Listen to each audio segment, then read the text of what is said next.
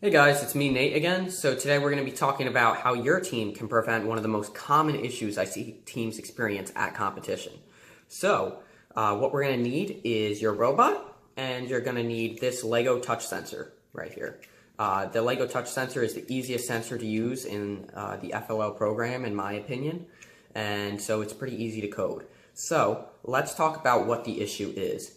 So typically what I see teams do is they get to the competition, they've practiced, their robot is programmed to, get, as many points as that team had planned. However, you have 2.5 minutes in the match, and their robots are still moving in that last 10 seconds of the match, trying to score that last mission and get, that last little bit of points.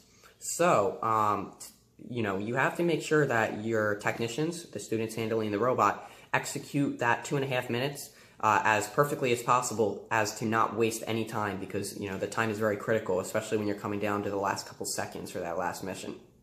So here's what I see teams go into the competition sometimes and do. So they have their robot, right? The MC is doing the countdown. He's saying, your match will begin in 3, 2, 1, go. The teams hit their button on the robot. The robot's supposed to drive off and do, the mission or their run and, accomplish missions, get some points. However, the robot sits there and doesn't move.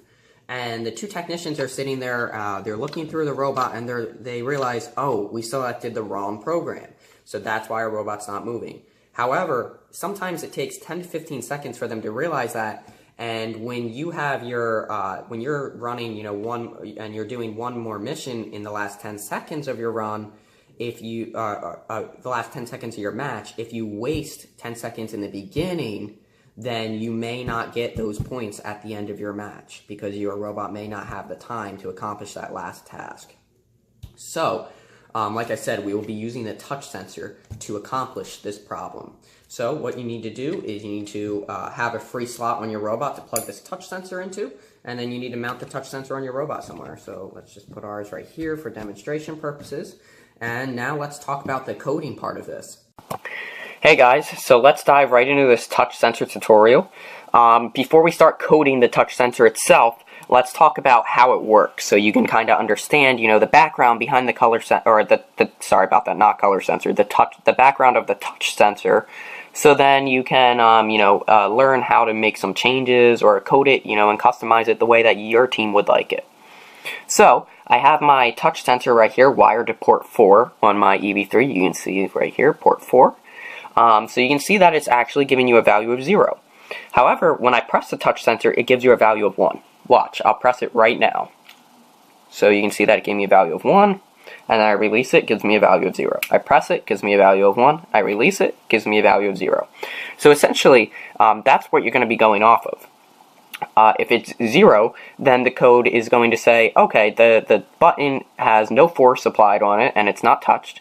It's in a relaxed state, and, don't do anything. But when you press the button, it'll give it a value of 1, and then you can say, okay, run your program when you get a value of 1. Alright, so let's talk about that. So, let's just pull some blocks out. I'll say, this is my first run, okay? This is my team's first, run in the match. So this is what my team has planned for their first match, or their first run in the match. Sorry about that. Let's just drag it over here. Let's label it so you guys can clearly understand what's happening. Run 1 sample.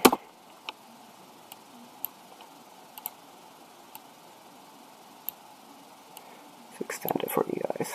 Oops. Example. Okay, so from here down to here. So all of this is my run 1. Okay, so that's my actual code, for my first run in the match. Now, to add the touch sensor part, this is what we're going to do. We're going to break this line. We're going to add 2 blocks. So we'll add this wait block, and we're also going to add a drive block. The wait block is in the flow control section. It's just the arrow, or it's just the timer glass. Sorry about that. Alright, so let's connect the rest of the code. Blah, blah, blah. Alright. So, now let's drag this. And these notes are actually going to help you when we start the actual coding. So, we're going to say this is our touch sensor part. And these two parts are the touch sensor part, and this part is the actual program. So what we're going to do is, the first thing we do is go into our wait block.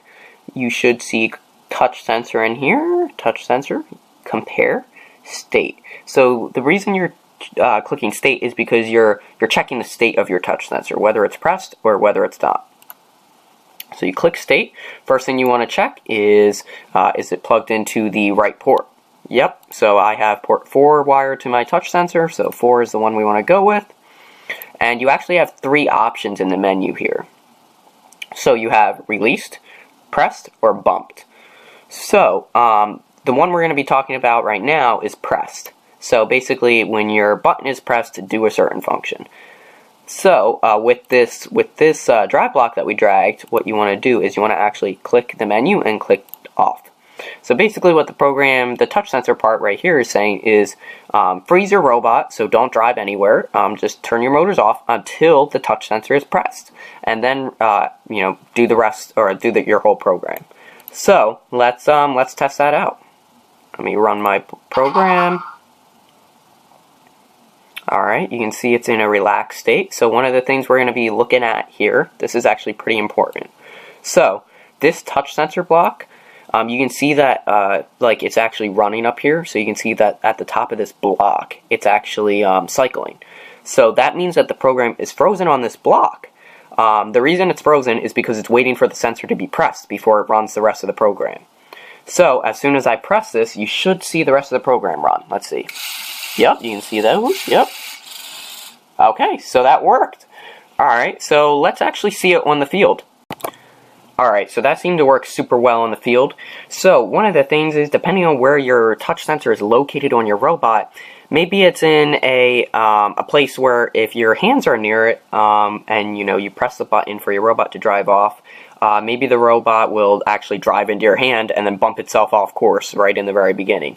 So you wouldn't want that to happen, because that'll obviously make it so your robot doesn't even perform the tasks it's supposed to.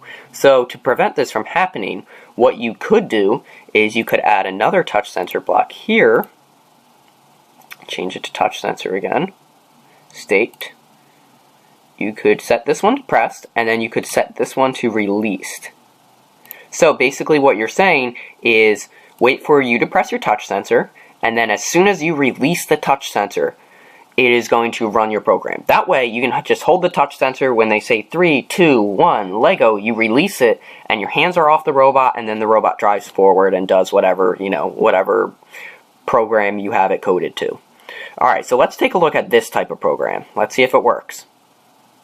If you like what you saw, please subscribe to my channel. I'll be doing more tutorials on that sort of stuff. I also have a lot of tutorials under my channel in my previous posted videos on like different sensors and things like that. I also will be posting updates on how my team is progressing throughout the season.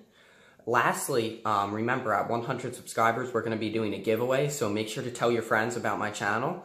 Like my videos. Also comment if you have any suggestions for future videos.